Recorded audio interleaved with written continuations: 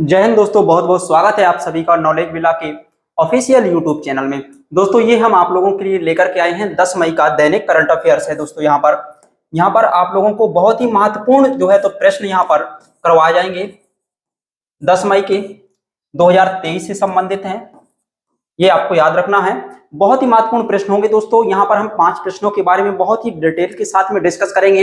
इसके अलावा जो पहले भी पढ़ा चुके हैं उसका भी हम रिवीजन यहाँ पर लगातार उस क्वेश्चन को लेते समय ही हम उसका रिवीजन करवा देते हैं, ताकि आप लोग वो चीजें भूले ना। क्योंकि दोस्तों करंट अफेयर की सबसे बड़ी खासियत यही है कि वो चीजें, पिछली जो चीजें हैं वो भूल जाती हैं। ये एक सबसे बड़ी खासियत है और सबसे अच्छी विशेषता ये है करंट अफेयर की कि बार बार चीजें रिवाइज होती रहती हैं। जो घटना आज चर्चा में है वही घटना 10-15 दिन में फिर से एक बार आती है न्यूज में, फिर उसके बाद भी कई बार न्यूज में आती हैं। तो इसलिए वो चीजें लगातार बनी रहती हैं। यदि आप रेगुलर हमारे दर्शक हैं यहाँ पर करंट अफेयर सेशन की, तो आप लोगों को उस चीज के बारे में पता चल गया होगा। तो चलिए हम स्टार्ट करते हैं यहाँ पर पहले प्रश्न के बारे में। देखिए हमारा पहला प्रश्न क्या है मित्रों, यहाँ पर ये आपका पहला प्रश्न है, इसके बारे में थोड़ा सा हम लोग देखने वाले हैं। देखिए हाल ही में 9 मई को गोपाल कृष्ण गोखले की जयंती मनाई गई।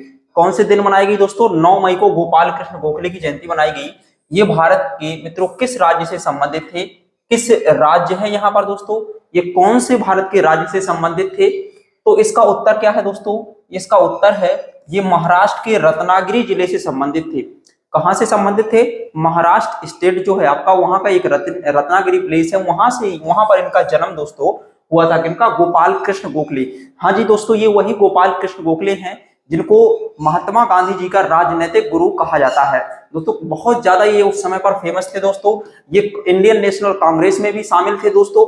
1866 में इनका जन्म हुआ था। इनका कब जन्म हुआ था? 1866 में इनका जन्म हुआ था गोपाल कृष्ण गोखले का। और कहां पर हुआ था? महाराष्ट्र के रत्नागिरी जिले में हुआ था इनका जन्म। अच्छा, ये कांग्रेस में नरम पंथी यानी कि नरम दल के नेता कहलाते थे। कांग्रेस में सुधारवादी विचारों पर इनका विश्वास रहता था। इनका मानना ऐसा था कि हम उदारवादी तरीके से जो है अंग्रेजों से आजादी को लेंगे, हम कोई भी ऐसा हिंसात्मक कदम नहीं उठाएंगे। तो इस तरह से ये उदारवादी दल के कहे जाते हैं इंडियन नेशनल कांग्रेस के। तो इन्हें जन नेता भी कहा जाता था दोस्तों, सुधारवादी जन नेता कहा जाता था एक्चुअल में। ये बात याद रखना अपन को। महात्मा गांधी के क्या थे? राजनीतिक गुरु थे। अच्छा, इनके बारे में कुछ और भी जानकारी है। जैसे दोस्तों 1905 में जब बंगाल विभाजन हुआ था, उस समय पर ये सर्वेंट्स ऑफ इंडिया सोसाइटी की इन्होंने स्थापना की। इन्होंने किसकी स्थापना की थी मित्रों? सर्वेंट्स ऑफ इंडिया सोसाइटी की यहाँ पर स्थापना की थी। किसने? गोपाल कृष्ण गोखले ने। अच्छा, 1911 में साप्ताहिक समाचार पत्रिका एक प्रकाशित इनके द्वारा की जाती थी। 1911 में शुरू हुई थी। 1911 की डेट हम आपको बताएं तो यहाँ पर आपको याद रखना है 1911 में जो आपका बंगाल विभाजन था दोस्तों, उसको रद्द कर दिया गया था। बंगाल विभाजन 1905 में जो हुआ था उसको 1911 में रद्द कर दिया गया था। क्लियर? साप्ताहिक समाचार, इसका क्या नाम था? द हितवाद। द हितवाद समाचार पत्रिका का प्रकाशन किसने किया दोस्तों? तो ये गोपाल कृष्ण गोखले के द्वारा दोस्तों शुरू किया गया था मित्रों। ये बात आपको याद रखनी। 1895 में कांग्रेस के ये सचिव बने, कांग्रेस के सेक्रेटरी बने थे ये 1895 1895 में। और उसके बाद 1905 में ये कांग्रेस की इन्होंने अध्यक्षता की थी।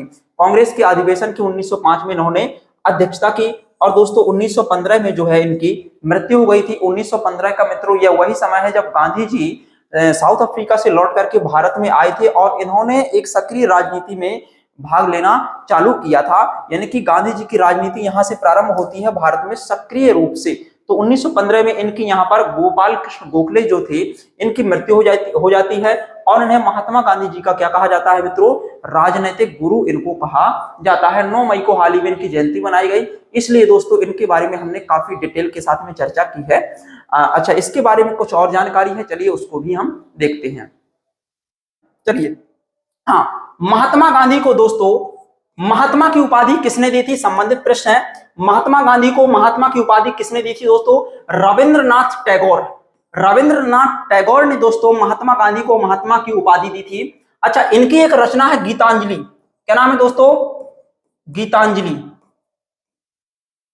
गीतांजलि दोस्तों इनकी रचना है रविंद्रनाथ टैगोर की। ये बात मित्रों आपको यहां पर याद रखना है। क्लियर? अच्छा, राष्ट्रपिता की उपाधि महात्मा गांधी जी को किसने दी थी दोस्तों? तो राष्ट्रपिता की जो उपाधि है ये महात्मा गांधी को दी थी नेताजी सुभाष चंद्र बोस ने।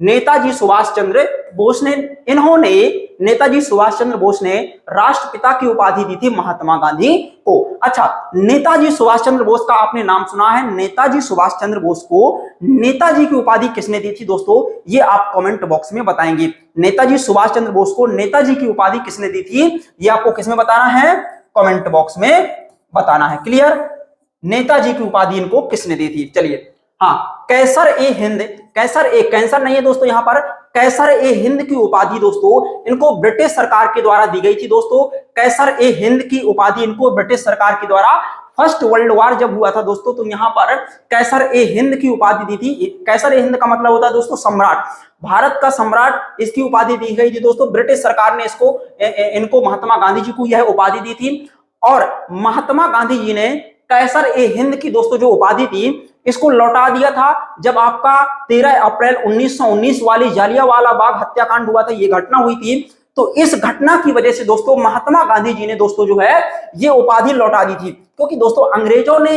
ये उपाधियां इनको प्रसन्न करने के लिए दी थी, इनके अच्छे कामों के लिए दी थी, इनकी तारीफ में दी थी महात्मा गांधी को, है ना। और भी लोगों को कुछ उपाधियां दी थी, जैसे रविंद्रनाथ टैगोर को भी दोस्तों कुछ उपाधियां दी थी, जैसे नाइटहुड की उपाधि इनको दी गई थी अंग्रेजों के द्वारा। तो इन्होंने कैसर ए हिंद की उपाधि लौटा दी, क्योंकि भारत में इतना दर्दनाक हादसा यहां पर हुआ, 13 अप्रैल 1919 की घटना जो हुई थी दोस्तों, इतना अत्याचार यहां पर हुआ था कि महात्मा गांधी ने ले ली, भैया अपनी उपाधि अपने पास रखो, हमें आपकी उपाधि नहीं चाहिए, आप हमकी फालतू में फिजूल की तारीफ हमारी मत कीजिए, हम आपकी ऐसी उपाधियां नहीं ले पाएंगे कि आप हमारे ही देश के लोगों को यहाँ पर क्रूरता पूर्वक कुचल रहे हैं, मार रहे हैं, गोलियां उन पर बरसाई जा रही हैं। क्लियर, तो इन्होंने कैसर ए हिंद की उपाधि इनको ब्रिटिश सरकार ने दी, फर्स्ट वर्ल्ड वॉर में 1914 में आसपास हुआ था शुरू। क्लियर, लेकिन 1919 में इस उपाधि को इन्होंने लौटा दिया। इसी तरह से रविंद्रनाथ टैगोर ने भी दोस्तों अपनी उपाधि यहां पर नाइटहुड की, इनको सर कहा जाता था दोस्तों, जिस व्यक्ति को नाइटहुड की उपाधि मिलती थी उसके नाम के पहले सर लगता था, ये उपाधि इन्होंने भी त्याग दी थी यहां पर, ये बात भी आपको याद रखना है। अच्छा, वन मैन बाउंड्रीज फोर्स इनको कहा जाता था दोस्तों, one man boundaries force Mahatma Gandhi को कहा जाता था। ये किसने कहा, माउंटबेटन में कहा था दोस्तों, माउंटबेटन, लॉर्ड माउंटबेटन ने यह इनको कहा था। क्लियर। अच्छा, जादूगर शेख मुजब्बिर रहमान के द्वारा दोस्तों इनको जादूगर कहा गया। शेख मुजब्बिर रहमान कौन है दोस्तों, ये दोस्तों बांग्लादेश के राष्ट्रपिता कहलाते हैं, बांग्लादेश के राष्ट्रपिता कहलाते हैं दोस्तों शेख मुजब्बिर रहमान, बांग्लादेश के राष्ट्रपिता हैं दोस्तों। 1971 में बांग्लादेश जो था आपका ये आजाद हुआ था, और यहाँ के राष्ट्रपिता कौन है, शेख मुजब्बिर रहमान। इन्होंने महात्मा गांधी को जादूगर की उपाधि दी थी। तो मित्रों ये बात भी आपको यहाँ पर याद रखनी है। चलिए अब देखते हैं इसके बाद, हाँ देखिए यहाँ पर हाल ही में आयोजित हुए दोहा डायमंड लीग का खिताब किसने जीता है दोस्तों, हाल ही में आयोजित हुए दोहा डायमंड लीग का खिताब किसने जीता है दोस्तों। ये दोहा डायमंड लीग जो है दोस्तों ये किससे संबंधित है, ज्वेल एंड थ्रो, भाला फेंक से संबंधित है दोस्तों। और इसका खिताब जो जीता है, जो अभी आयोजित हुआ दोहा में, कतर में है एक्चुअली दोहा, ये कतर यहां पर जो कतर में हुआ दोहा डायमंड लीग है ना, एक स्थान है। तो इसका खिताब जो है नीरज चोपड़ा, हमारे ये जो भाला फेंक ज्वेलन थ्रो है जो, इन्होंने जीता डायमंड लीग का खिताब, दोहा डायमंड लीग का खिताब इन्होंने जीता। क्लियर। अच्छा, इनके बारे में अब इस खिताब के बारे में थोड़ा सा देखते हैं यहाँ पर। अच्छा, एंडरसन पीटर्स है ना, ग्रेनाडा एक दोस्तों कंट्री है दोस्तों, ग्रेनाडा एक कंट्री, छोटा सा कंट्री है दोस्तों, द्वीपों में बसा हुआ। एंडरसन पीटर्स को इन्होंने हरा दिया था दोस्तों, और इनको हरा करके ये डायमंड लीग का खिताब जीतने वाले भारत के व्यक्ति बन गए नीरज चोपड़ा। इनके नाम से कौन परिचित नहीं होगा दोस्तों, नीरज चोपड़ा के बारे में अभी हम पर्सनल बात यहां पर करने वाले हैं। अच्छा, 6 मई है दोस्तों, यहां पर 6 मई 2023 को यह स्पर्धा जो है तो दोस्तों यहां पर यह स्पर्धा हुई थी। 6 मई 2023 को यह स्पर्धा आयोजित कराई गई थी दोहा में। क्लियर, ये बात भी आप याद रखेंगे। अच्छा, 88.67 मीटर भाला यहां पर इन्होंने, नीरज चोपड़ा जी ने यहां पर ये भाला फेंका, कितना, 88.67 मीटर भाला इन्होंने फेंका था। क्लियर।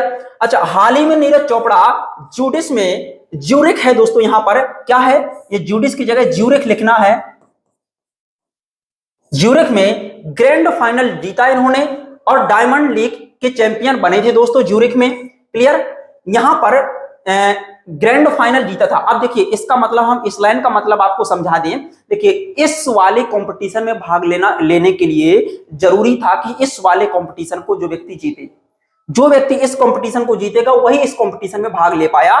तो इन्होंने, नीरज चोपड़ा ने पहले इसको दोस्तों इसका फाइनल जीता था, और इसको जीतने के बाद ये तय हो गया था कि आप दोहा डायमंड लीग में ये पहुंचेंगे, और वहां पर ये पहुंचे, उसके बाद खेले, तब तो ये इस खिताब को इन्होंने जीता। क्लियर। तो ये 2022 में दोस्तों इन्होंने इसको जीत लिया था, 2022 में इसका आयोजन कराया गया था। क्लियर। तो नीरज चोपड़ा ने इसको पहले जीता था, उसके बाद ये क्वालिफाई हुए थे इसके लिए। बात समझ में आई? अच्छा, हाँ, नीरज चोपड़ा के बारे में देखिए, यहां पर नीरज चोपड़ा जो है दोस्तों, ये टोक्यो ओलंपिक दोस्तों जो 2020 में हुआ था, ओलंपिक खेल के बारे में आप लोग दोस्तों जानते हैं। 1893 से दोस्तों ओलंपिक समिति, और 1896 में पहला ओलंपिक खेला गया। टोक्यो ओलंपिक 2020 में दोस्तों 87.58 मीटर जो है इन्होंने भाला फेंक दिया था, और इस भाला को फेंकने के साथ में दोस्तों ये इन्हें कौन सा मेडल मिला था? गोल्ड मेडल ये भाला फेंक में जीत करके भारत के लिए लाई थी। 2020 का दोस्तों जो आपका टोक्यो ओलंपिक था, गोल्ड मेडल नीरज चोपड़ा ने जीता।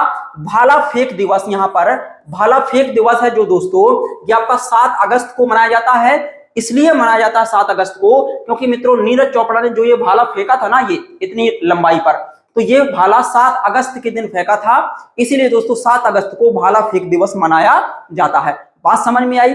चलिए इसके आगे बढ़ते हैं।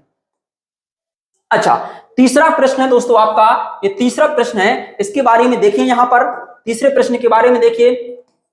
हाँ, मुख्यमंत्री राशन आपके द्वार योजना, मुख्यमंत्री, यहां से इसको ब्रैकेट लगाना है, इसमें इन्वर्टेड कॉमा, मुख्यमंत्री राशन आपके द्वार योजना किसके द्वारा प्रारंभ की गई? किसके द्वारा प्रारंभ की गई? क्लियर। यह योजना मित्रों किसके द्वारा प्रारंभ की गई है? मुख्यमंत्री राशन आपके द्वार। मतलब यह है दोस्तों कि जो गरीब परिवार हैं, है ना, उनको क्या किया जाएगा? जो जनजातीय हैं, आदिवासी समुदाय हैं, उनको उनके घर पर ही राशन अब सरकार भिजवाएगी। तो राशन आपके द्वार योजना जो है ये प्रधानमंत्री नरेंद्र मोदी जी के द्वारा जो है यह प्रारंभ योजना की गई। क्लियर। किसके द्वारा दोस्तों? नरेंद्र मोदी जी के द्वारा। ये प्रधानमंत्री है, मुख्यमंत्री राशन आपके द्वार योजना। जरूर इसमें मुख्यमंत्री शब्द लगा है, लेकिन दोस्तों यहां पर क्या है? प्रधानमंत्री नरेंद्र मोदी जी के द्वारा यह योजना प्रारंभ की गई, सीएम राशन आपके द्वार योजना। इसके बारे में बताएं, यह योजना कब प्रारंभ हुई थी? 15 नवंबर 2021 दोस्तों, 15 नवंबर दिन याद रखना है आपको। 15 नवंबर 2021 को ये आदिवासियों के लिए है। उद्देश्य क्या है? जनजातीय क्षेत्र के लोगों के घर में राशन भिजवाना, मतलब घर में ही उनके मित्रों यहां पर राशन क्या किया जाएगा? भिजवाया जाएगा। अच्छा, 15 नवंबर को ही दोस्तों सिकल सेल एनीमिया अभियान प्रारंभ किया दोस्तों। सिकल सेल एनीमिया अभियान प्रारंभ किया गया था दोस्तों 15 नवंबर से ही। क्लियर। अच्छा, 15 नवंबर को ही दोस्तों 2021 में कमलापति स्टेशन का क्या किया गया? उद्घाटन किया गया दोस्तों। कमलापति स्टेशन का जो कि भोपाल में है, इसका उद्घाटन भी किया गया।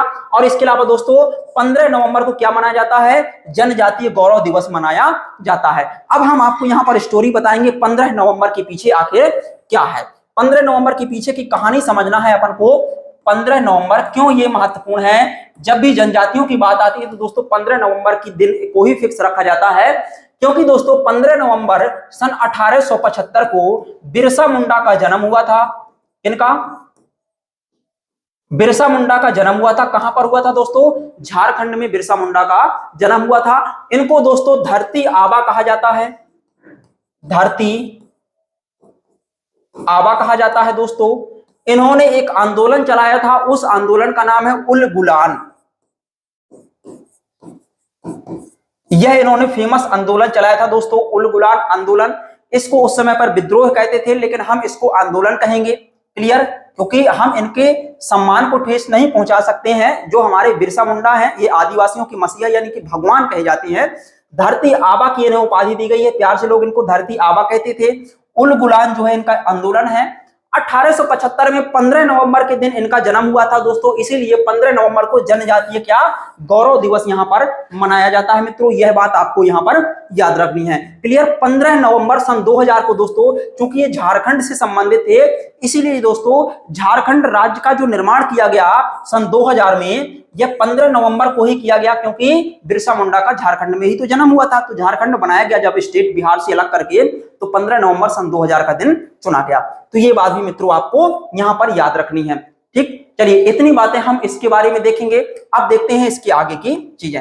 हाँ, क्वेश्चन नंबर चौथा है मित्रों, चौथा प्रश्न है आपका, चैंपियन 90 एक योजना है दोस्तों, चैंपियन 90 योजना। इस योजना का शुभारंभ कब हुआ था दोस्तों? चैंपियन 19 योजना का शुभारंभ कब हुआ था? 5 सितंबर 2022 को मित्रों इस योजना का जो है शुभारंभ हुआ था। 5 सितंबर 2022 को चैंपियन 90 योजना का प्रारंभ हुआ था। अब आपको यहां पर समझना है कि आखिर ये चैंपियन 90 योजना है क्या। क्लियर? तो देखिए, इसका जो प्रारंभ है दोस्तों जनजातीय कार्य विभाग के द्वारा किया गया। किसके द्वारा? जनजातीय कार्य विभाग के द्वारा किया गया। अच्छा, इसका उद्देश्य क्या है? क्योंकि दोस्तों कोई भी योजना हो, जब तक हम उसका उद्देश्य नहीं समझेंगे हमें उस योजना के बारे में समझ में नहीं आएगा। क्लियर? तो जनजातीय छात्रों को अच्छा मार्गदर्शन देना दोस्तों, जैसे हायर एजुकेशन के लिए है या दोस्तों स्कूली शिक्षा के लिए है, तो जो भी आदिवासी बालक हैं या पढ़ने में अच्छे छात्र हैं उनको क्या करना? अच्छा मार्गदर्शन देना दोस्तों, और उनको पढ़ने के लिए कुछ सहायता भी प्रदान करना। यह इसका क्या है? चैंपियन 90 का उद्देश्य है दोस्तों, जनजातियों के लिए है। ये बात भी आपको मित्रों याद रखनी है। क्लियर? अच्छा, 5 मार्च कुछ और योजनाओं के बारे में देखते हैं। 5 मार्च 2022 को नो थूथू अभियान है ना। आप लोग देखते हैं दोस्तों कि लोग गुटखा यानी कि पान मसाला खा करके, है ना, युवा केसरी आपने सुना है, कई सारे एक्ट्रेस हैं जो इसका प्रचार कर रहे हैं दोस्तों। इसके अगेंस्ट में एक अभियान चलाया दोस्तों, ये मध्य प्रदेश के द्वारा चलाया गया यह अभियान है। कहां पर मध्य प्रदेश में चलाया गया आप लोग बताइए? ये नो थूथू 2022 में 5 मार्च को चलाया गया अभियान मध्य प्रदेश से संबंधित है दोस्तों। ये इंदौर में चलाया गया था। कहां पर? इंदौर में। कि जगह जगह हमें पान खा करके हमें धरती को रंग बिरंगा नहीं बनाना है। बात समझ में आ रही है ना? धरती को हमें साफ रखना है, स्वच्छ रखना है, और ऐसा नहीं कि हमने पान मसाला खा करके कहीं भी उसको जो है थूक दिया। तो इसी तरह से अभियान का नाम रखा गया नो थूथू अभियान। क्लियर? ये इंदौर शहर में मध्य प्रदेश के चलाया गया। ये बात मित्रों आपको याद रखना। स्वच्छ भारत आप लोग बनाइए, इसमें सहयोग कीजिए, आप भी स्वस्थ रहेंगे और सरकार को भी परेशानी नहीं होगी, और आप अपना देश के विकास में जो है योगदान इसी तरह से दे सकते हैं, है ना। आप बहुत कुछ बड़े काम तो अभी नहीं कर सकते हैं, छात्र हैं, लेकिन सरकार के नियमों का पालन करके, जैसे आप रोड में चल रहे हैं तो आप हेलमेट लगाइए। ये आप जो है ना देश का सहयोग कर रहे हैं। अगर आप हेलमेट लगा रहे हैं तो देश का सहयोग और साथ में अपनी सुरक्षा आप सुनिश्चित कर रहे हैं। क्लियर? चलिए, 5 दिसंबर 2023 को दोस्तों लाडली बहना योजना प्रारंभ की गई। दोस्तों लाडली बहना योजना में क्या होना है दोस्तों? हर महिला जो कि 23 साल से 60 साल के बीच में है दोस्तों, उसको क्या मिलेगा? उसको 1000 रुपए यहाँ पर प्रति मंथ यहाँ पर दिए जाएंगे लाडली बहना योजना में दोस्तों। मध्य प्रदेश सरकार के द्वारा यह चलाई गई 5 दिसंबर 2023 में। क्लियर? अच्छा, यहाँ पर दोस्तों आप लोग में से कई स्टूडेंट ऐसे होंगे कि जो सोच रहे होंगे कि अच्छा ये महिलाओं के लिए, लड़कियों के लिए, गर्ल्स के लिए बहुत सारी योजनाएं हैं, लड़कों के लिए योजनाएं नहीं है। तो आप लोगों को बताएं, मुफ्त नाश्ता योजना है आप लोगों के लिए। क्या है? मुफ्त नाश्ता योजना। ये तमिलनाडु की सरकार ने दोस्तों आप लोगों के इमोशंस को ध्यान में रखते हुए जो है मुफ्त नाश्ता योजना जो है तमिलनाडु सरकार ने चलाया था, है ना। तो ये बात आपको याद रखना है। आप लोगों को इतना ही मिल जाए बहुत खुश हैं आप लोग। क्लियर? चलिए, ये हमारा चौथा प्रश्न था। 5वें प्रश्न के बारे में आइए देखते हैं। भारतीय सेना के द्वारा हाल ही में बुलंद भारत अभ्यास, अब देखिए ये एक एक्सरसाइज है, भारतीय सेना के द्वारा प्रारंभ किया गया बुलंद भारत अभ्यास का आयोजन जो है ये कहां पर किया गया? आयोजन इसका कहां पर किया गया मित्रों? बुलंद भारत अभ्यास का आयोजन कहां पर किया गया दोस्तों? ये अरुणाचल प्रदेश में बुलंद भारत अभियान का अभ्यास का आयोजन किया गया भारतीय सेना के द्वारा। एक्चुअल में दोस्तों ये एक्सरसाइज है, ये अरुणाचल प्रदेश के बहुत ही ऊंचाई वाले एरिया में किया गया, और इसलिए किया गया ताकि दोस्तों इतनी ऊंचाई में अगर कभी वार हो, युद्ध हो, तो हम वहां पर उस युद्ध में कंडीशन को संभाल सकें। इसलिए दोस्तों पहले से इसकी प्रैक्टिस करवाई गई बुलंद भारत युद्ध अभ्यास। और उस ऊंचाई वाले पॉइंट का नाम क्या है? Mandla high altitude. क्लियर? ये बहुत ऊंचा स्थान है दोस्तों अरुणाचल प्रदेश का, मंडला हाई अल्टीट्यूड। यहां पर दोस्तों इस एक्सरसाइज का आयोजन इस प्लेस का करवाया गया, और यह एक दोस्तों नकली युद्ध अभ्यास है, मतलब एक रियल वार से पहले का एक युद्ध अभ्यास है। बात समझ में आई? अच्छा, साइक्लोन, यहां पर दोस्तों क्या है? साइक्लोन जो दोस्तों साइक्लोन युद्ध अभ्यास है, साइक्लोन युद्धाभ्यास है ये भारत और मिस्र के बीच में होता है। मित्रों यह बात आपको याद रखनी है, साइक्लोन युद्धाभ्यास जो है ये किसके बीच में है, भारत और मिस्र के बीच में होता है यह युद्धाभ्यास। अच्छा, मिस्र के बारे में हम आपको पूछेंगे, आप लोग बताइए अभी जो मिस्र है ये आपको कमेंट में बताना है,